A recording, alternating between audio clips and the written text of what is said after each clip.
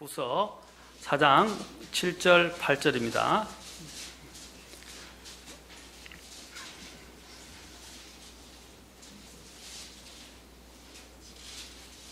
디모데후서 4장 7절 8절. 자, 다 찾으셨으면 제가 봉독하겠습니다.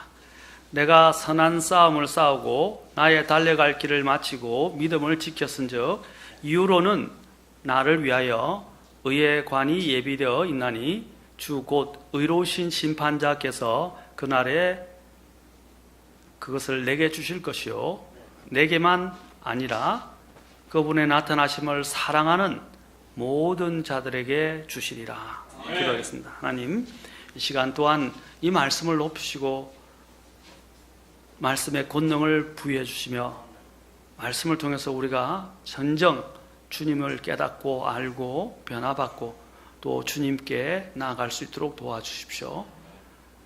주님께서 이 시간 모든 것을 주장해 주시지 않는다면 모든 것이 헛것입니다.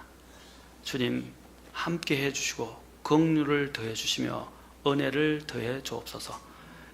우리 주 예수님의 귀한 존함을 받들어 기도합나이다. 아멘. 앉으시겠습니다.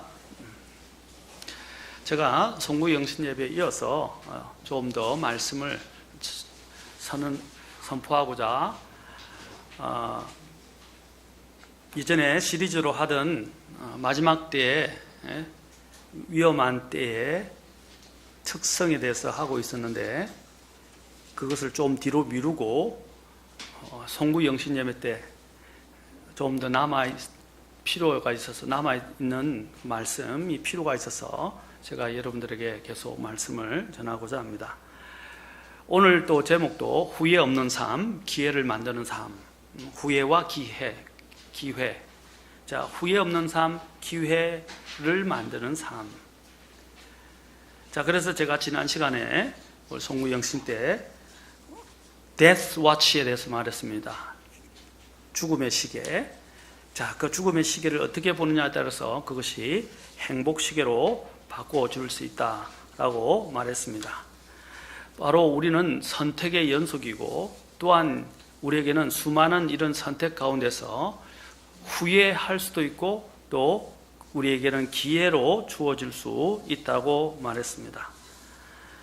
우리가 어떤 선택을 하느냐가 또 나에게는 후회로 남을 것인가 기회로 남을 것인가를 보여준다고 할 수 있습니다. 성경에는 수많은 잘못된 선택으로 인해서 후회했지만 돌이킬 수 없었던 사람들이 있었습니다. 그 중에 가장 대표적인 것이 부자와 나사로의 주님께서 이야기, 성경은 비유라고 말하지 않습니다. 많은 사람들이 부자와 나사로의 비유라고 그러는데 비유가 아닙니다. 주님께서는 비유라고 말씀하시지 않으셨어요. 부자와 나사로의 이야기입니다. 실제로 있었던 이야기였어요. 거기서 우리는 부자가 지옥에서 후회하고 그저 후회를 했지만 결코 전혀 아무것도 돌이킬 수 없었고 변화시킬 수 없었다는 사실입니다.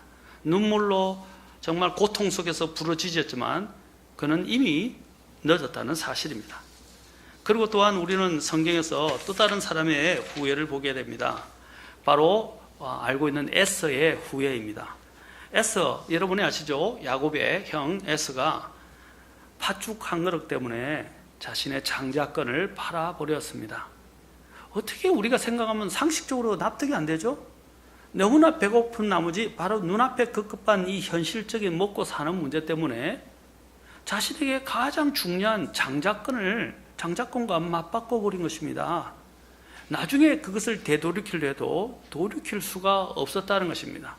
그가 그래서 자신을 속였다고 생각해서 야곱을 죽이려고까지 했었지만 자신이 잘못된 결정을 했기 때문에 바로 자신은 그것으로 인해서 하나님이 주시는 그 놀라운 장자권을 잃어버리게 되었다는 것입니다. 그래서 야곱에게도 넘어가게 했고 야곱의 12아들들에게 하나님이 복을 주셨고 그 야곱의 12아들 중에서 특별히 주님께서는 이제 유다를 통해서 하나님이 놀라운 약속들을 주시게 되었다는 것입니다.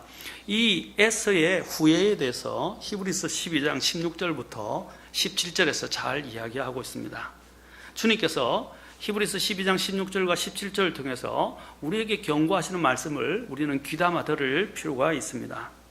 이것은 음행하는 자나 혹은 먹을 것 먹을 것 한 조각을 위해 자기의 장자권을 판 에서와 같이 속된 자가 있지 아니하게 하려 함이라.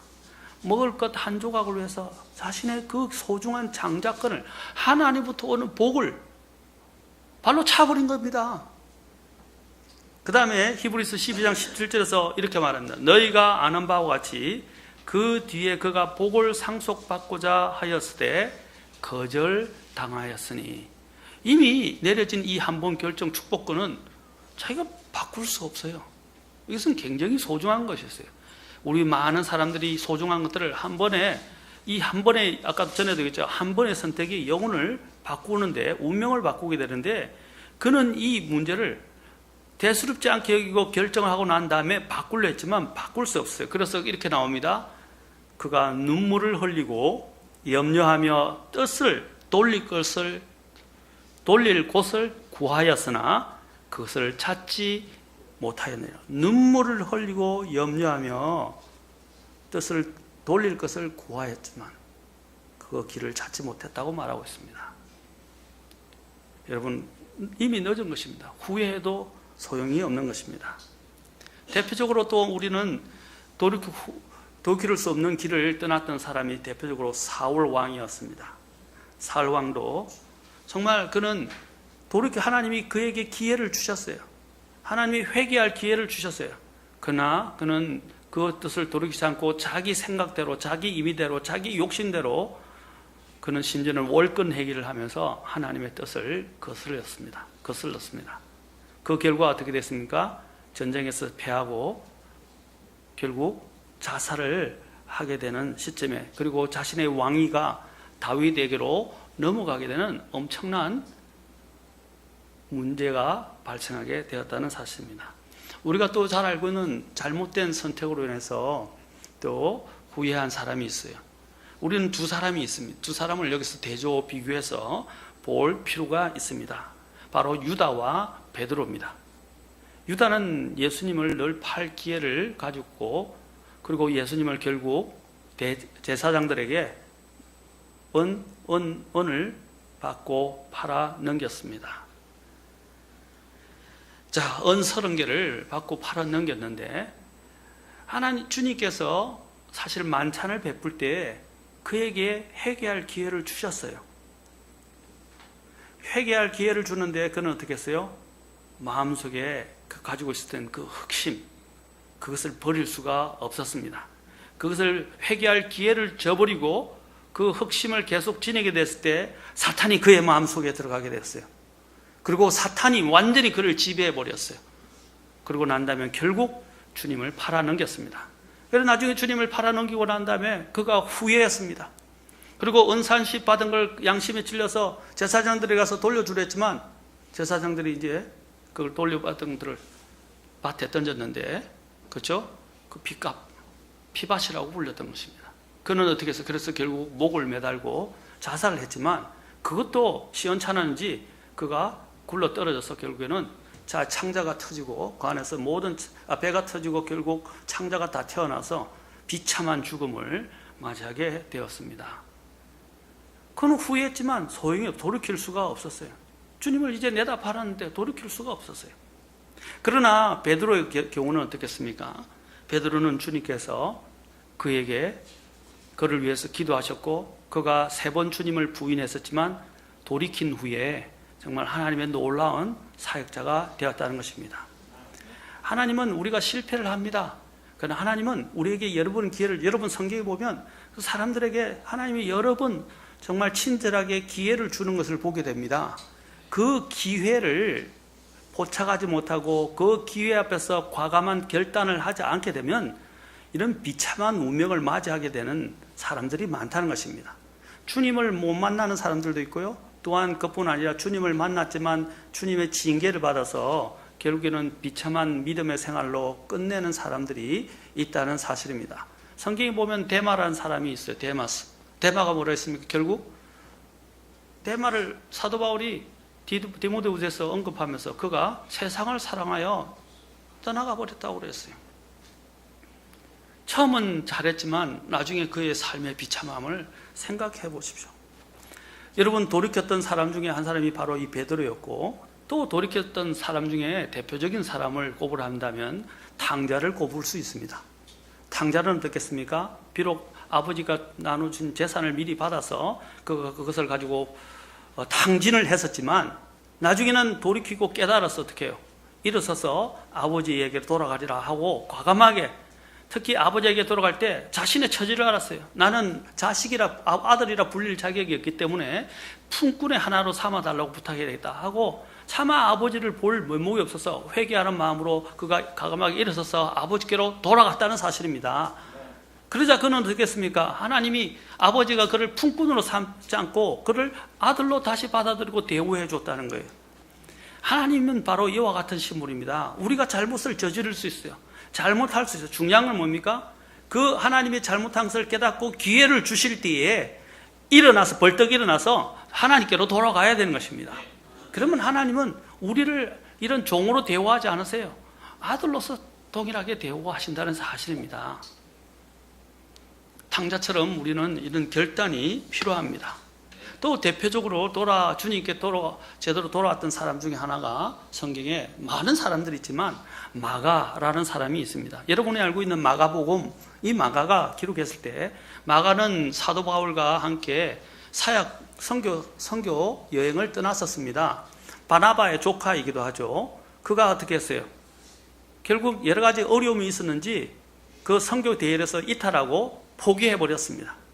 사도 바울과 이 문제로 인해서 사도 바울과 바나바 사이에 심한 논쟁이 일어나 다툼이 있었습니다.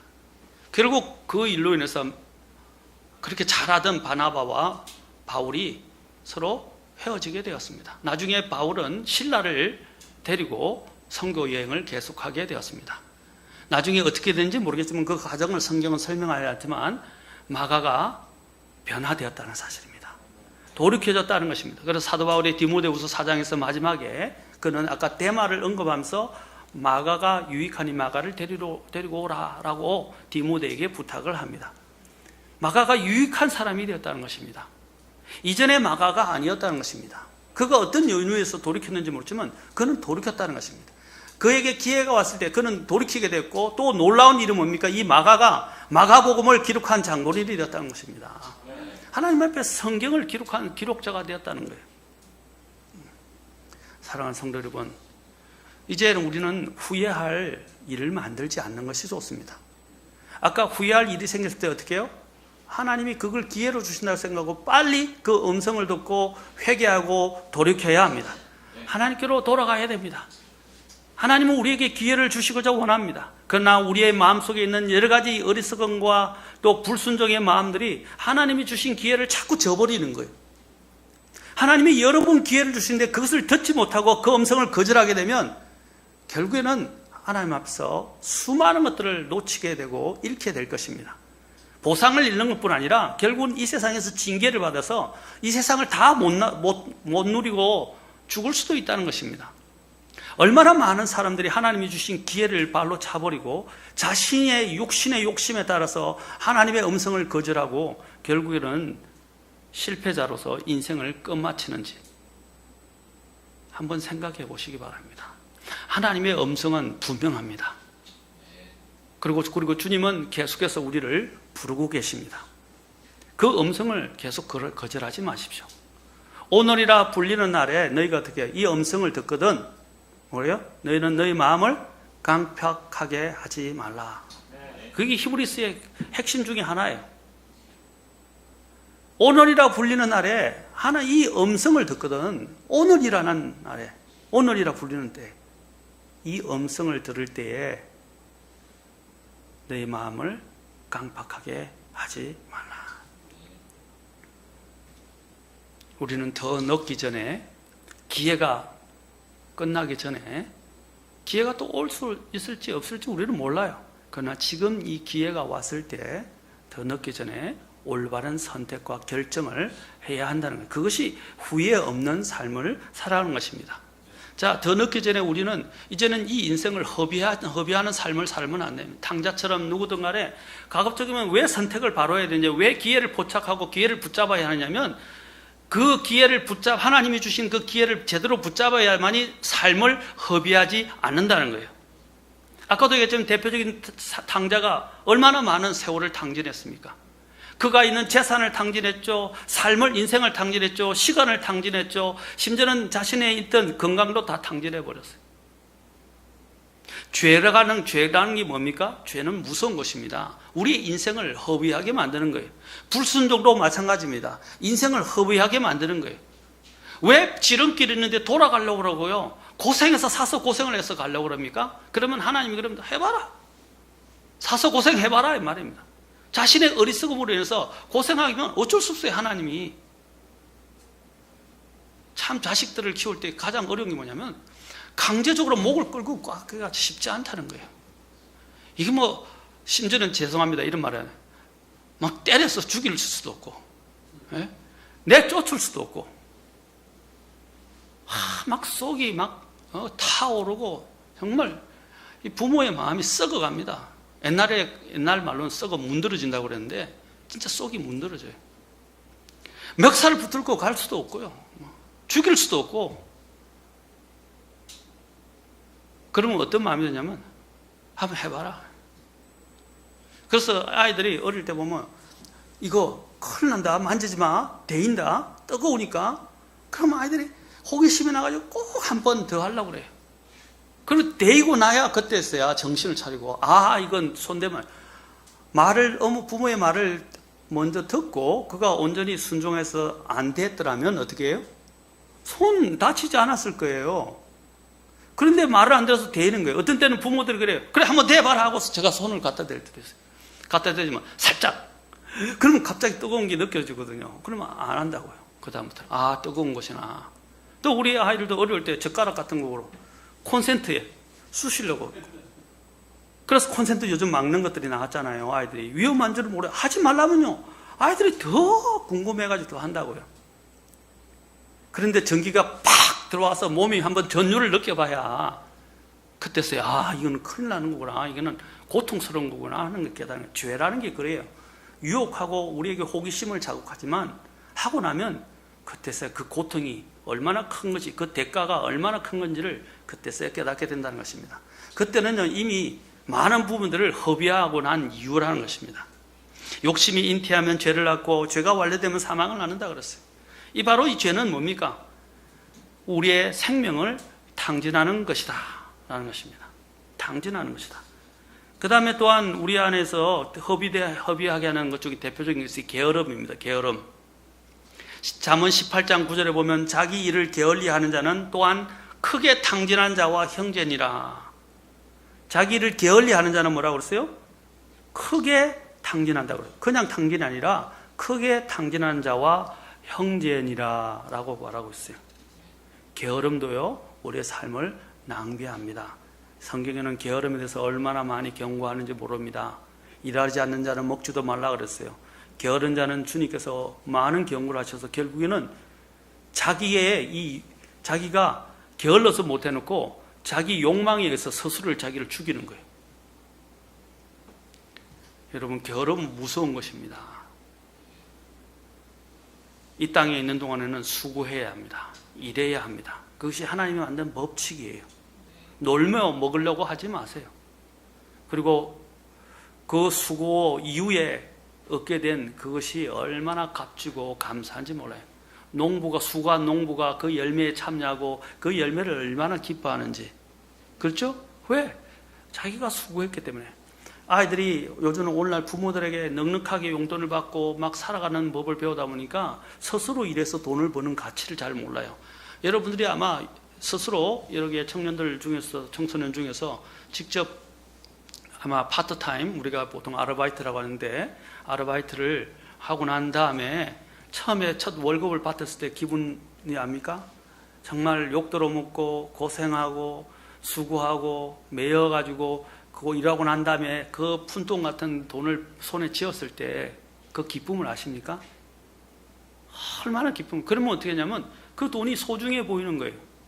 얼마나 귀하게 느껴지는지 몰라요. 맞습니까? 저도 직장에 취직해서 물론 다른 아르바이트도 했지만 이제 아르바이트도 저도 했을 때도 처음에 그 아르바이트에서 비용을 받았을 때 얼마나 군대 가기 전에 아르바이트를 했었는데 얼마나 그 소중하든지요.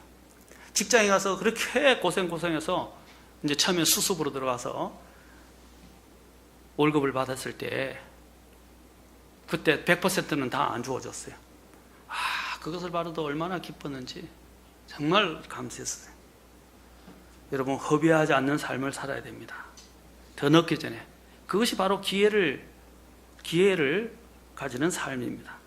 또한 뒤돌아보지 않는 삶, 그것이 후회하지 않는 사람이에요. 후회하는 삶은 허비하는 삶입니다. 후회하는 사람은 또 삶은 뒤돌아보는 삶입니다. 주님께서는 뒤돌아보지 않아요. 후회하지 않습니다. 누가복음 9장 62절에서 예수님께서는 손에 쟁기를 잡고 뒤를 돌아보는 자는 하나님의 왕국에 합당하지 아니하니라. 여러분이 믿음의 길을 들어섰다면 뒤돌아보지 마십시오. 주님을 안 믿었더라면 여러분 더 불행했을 겁니다. 근데 어떤 사람들은 내가 주님을 차라리 안 믿었던 것이 더 낫지 않았냐. 주님을 믿고 나니까 더 어려움이 많고 더 살기가 힘들고 또 양심을 더 지키려고 하고 또 손해를 보면서 믿음을 지키려고 하니까 더 어렵지 않느냐라고 이야기합니다. 그것은 잘못된 생각입니다. 눈앞에 당장 오는 어려움 때문에 더 크게 하나님이 나에게 보상해 주시고 주실 것들을 아까 같이 이 에스처럼 그 한 조각 먹을 것 때문에 장자권을 파내서 나중에는 돌이킬 수가 없게 된 것입니다. 주님께서는 또한 경고하셨습니다. 의인은 믿음으로 살리라. 믿음은 하나님의 말씀에 순종하는 거예요. 하나님의 말씀대로 사는 것입니다. 그것을 취하는 거예요. 주님을 믿고 주님의 말씀에 순종하는 게 믿음이에요. 믿음은 그래서 의인은 믿음으로 살리라 라고 말씀하셨는데, 그러나 어떤 사람이 뒤로 물러가면 내 혼이 그를 기뻐하지 아니하리라. 히브리서 10장 38절에서 말씀, 39절에서 또 말씀하십니다. 그러나 우리는 뒤로 물러가 멸망에 이르는 자들에게 속하지 아니하고 믿어서 혼의 구원에 이르는 자들에게 속하였느니라. 뒤돌아보고 물러가지 말라 이 말입니다. 뒤돌아보고 물러가지. 지나간 과거는 되돌리거나 바꿀 수 없어요.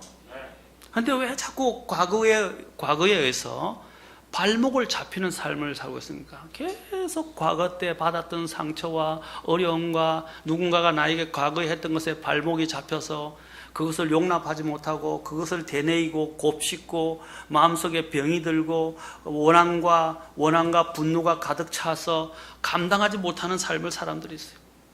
그래서 어떻게 하냐면 미래를 개척하며 극복하고 나아가야 되는데 계속 과거 속에서 자신을 도탄하고 그냥 억울해하고 그 속에서 낙심하고 분개하면서 그 안에 갇혀 사는 사람들이 많아요. 그리스도 안에 있는 사람들은 뭐라 그랬어요? 누구든지 그리스도 안에 있으면 새로운 피조물이라. 이전 것은 다 지나갔다 그랬어요. 지나갔다 이 말이에요. 모든 것이 새롭게 되었도다. 고린도후서 5장 17절. 모든 것이 새롭게 되었도다. 사랑하는 성도 여러분, 이제 과거를 제가 전에 설교했지만 과거를 야곱이 한 것처럼 세겜에 묻어야 됩니다.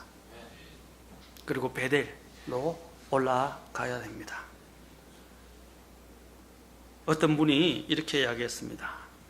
죽기 전에 후회하는 7가지가 있다라고. 카렌 와이어트가 일주일이 남았다면 그래서 이렇게 말했습니다. 죽기 전에 후회하는 7가지. 첫째, 죽을 만큼 마음껏 사랑해 볼 걸. 두 번째, 조금만 더 일찍 용서할 걸. 세 번째, 걱정은 내려놓고 행복을 만끽할 걸. 네 번째, 마음을 열고 포용할 걸. 다섯 번째, 한 번뿐인 인생 열정적으로 한번 살아볼 걸. 여섯 번째, 아등바등 말고 여유를 가지고 살 걸. 일곱 번째, 있는 그대로에 감사할 걸. 이렇게 했다는 것입니다. 저는 여기서 몇 가지 더 보태고 싶어요. 좀 많이 베풀어 줄 걸. 또 어떤 사람은 좀 더 참을 걸. 또 어떤 데는 그냥 용서해 줄 걸. 또 어떤 데는 더 사랑할 수 있었는데 사랑하지 못한 것 때문에 후회합니다. 더 사랑할 걸. 그게 뭐라고? 그걸 붙들고 미워하고 시기하고 용서하지 못하고 또 더 절제할 걸. 좀 더 참는 거하고 같죠? 비슷하죠? 좀 더 절제할 걸. 그리고 계속적인 제약과 쾌락 속에서 살아왔던 것을 후회하는 것입니다. 그리고 또 제가 한 가지 더 마지막으로 붙들고 싶은 것은 이겁니다. 좀 더 주님을 위해서 더 열심히 살 걸, 열심히 섬길 걸 하고 후회하게 된다는 것입니다. 주님을 위해서 사는 삶이 영원히 남는 것입니다. 성경의 요한일서 우리가 잘 알지만 요한일서 2장 15절부터 17절에서 뭐라고 그랬어요? 자, 한번 가서 봅시다. 요한일서 우리가 잘 아는 말씀이지만 한번 보세요. 뭐가 영원히 남는 것인가? 자, 무엇이 영원히 남는 것인지 한번 가서 봅시다. 요한일서 2장 15절. 제가 이제부터는 목소리 톤을 좀 바꾸기로 했어요. 좀 편안하고 좀 여러분들이 제가 까랑까랑 하니까 어떤 분들은 너무 오래 까랑까랑하는 소리를 들으니까 좀 힘들다고 하시는 분들이 계셔서 목소리의 톤을 좀 이제 낮춰서 자근자근하게 여러분들이 듣기 좋게 중저음으로 말씀을 전하려 합니다. 2장 15절부터 17절에 보니까 세상이나 세상에 있는 것들을 사랑하지 말라. 어떤 사람이 세상을 사랑하면 아버지의 사랑이 그 속에 있지 아니하니 세상에 있는 모든 것, 즉 육신의 정욕과 안목의 정욕과 인생의 자랑은 아버지에게서 나지 아니하고 세상에서 나느니라. 자, 잘 보시고 17절 같이 읽겠습니다. 세상도 그것의 정욕도 사라지되 오직 하나님의 뜻을 행하는 자는 영원토록 거하느니라. 여러분, 하나님의 뜻은 분명합니다. 물론 원리적인 것도 있지만 직접적으로 하나님이 뜻하신 것들이 많이 있어요. 맞습니까? 도둑질 하지 말라, 거짓 증언하지 말라, 그렇죠? 또 간음하지 말라, 그렇죠? 시기하지 말라. 직접적으로 또 하나님께서 말씀하신 게 많아요. 거룩하라, 그렇죠? 경건하라. 또 심지어는 직업의 문제, 결혼의 문제, 또 여러 가지 또 선택의 문제에서 하나님이 우리에게 말씀하신 게 너무 많아요. 그런데도 그 음성이 분명한데도 불구하고 그 뜻을 어기고 사는 사람들이 많다. 그리고 나중에 후회한다고요. 성경은 뭐라고 말하고 있습니까? 오직 하나님의 뜻을 행하는 자는 영원토록 거한다라고 그랬어요. 하나님의 뜻을 행하는 자는 영원토록 거한다. 세상도 그것의 정욕도 사라진다고 그랬어요. 하나님의 뜻을 선택하는 사람이 되십시오. 하나님의 뜻을 거스르지 마십시오. 우리는 수많은 신앙생활을 하면서 하나님을 안다, 믿는다 하면서도 내가 원하는 바가 생기면 하나님의 뜻을 그냥 어떻게 해요? 잊어버리거나 그냥 저버린다는 거예요. 헌신짝처럼 바꿔버린다는 거예요. 그거 타협하려고 그래요. 그러면 안 됩니다. 여러분, 뭐가 남는 것인지 생각해 보십시오. 하나님 말씀하시면 선택하십시오. 또 어떤 사람들은 또 후회하는 삶 중에 하나는 낙심과 원망과 불평하며 산다는 것입니다. 후회하지 않으려면 어떻게 해요? 낙심과 원망과 불평을 버려야 합니다. 아까도 말했지만 과거에 발목 잡히고 내 마음속에 남아있는 이런 낙심, 원망, 불평 이제는 없애야 됩니다. 나중에는 후회하잖아요. 좀 더 참을 걸 아까 하고 같은 거예요. 그냥 말하지 말았어야 될 걸. 그냥 입으로 그냥 내뱉지 말 걸. 불평하지 말 걸. 이스라엘이 멸망한 것 중에 하나가 뭐라고 했어요? 광야에서 쓰러진 것 중에 하나가 불평 때문에 쓰러졌다고 말하고 있어요. 불평은 무서운 거예요. 이게 전염성이 있어가지고요. 가정에서 누가 불평하기 시작하면 가정 전체가 불평으로 막 전염이 되기 시작해요. 교회에서 누군가 불평하면 그 불평이 교회로 막 이어져 가요. 사람들이 이 불평하는 마음에는요, 귀가 살퀴살퀴살하게 금방 퍼져요.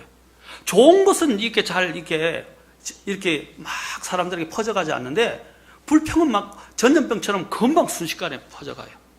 그게 이스라엘을 병들게 한 거예요. 이 무서운 겁니다.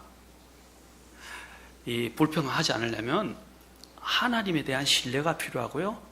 하나님이 허락하신 것들에 대한 신뢰가 필요합니다. 믿음이 필요합니다. 이거 나쁜 버릇이에요. 없애야 됩니다. 버리셔야 됩니다. 네 번째로는 변명하지 않는 삶입니다. 후회하지 않으려면 변명하지 마세요. 우리는 자꾸 변명하려고 합니다. 핑계 대려고 합니다. 자꾸 이유를 갖다 붙이고 내가 안 할 수 있는 이유들을 대려고 그래요. 해야 하는데 안 할 수 있는 이유.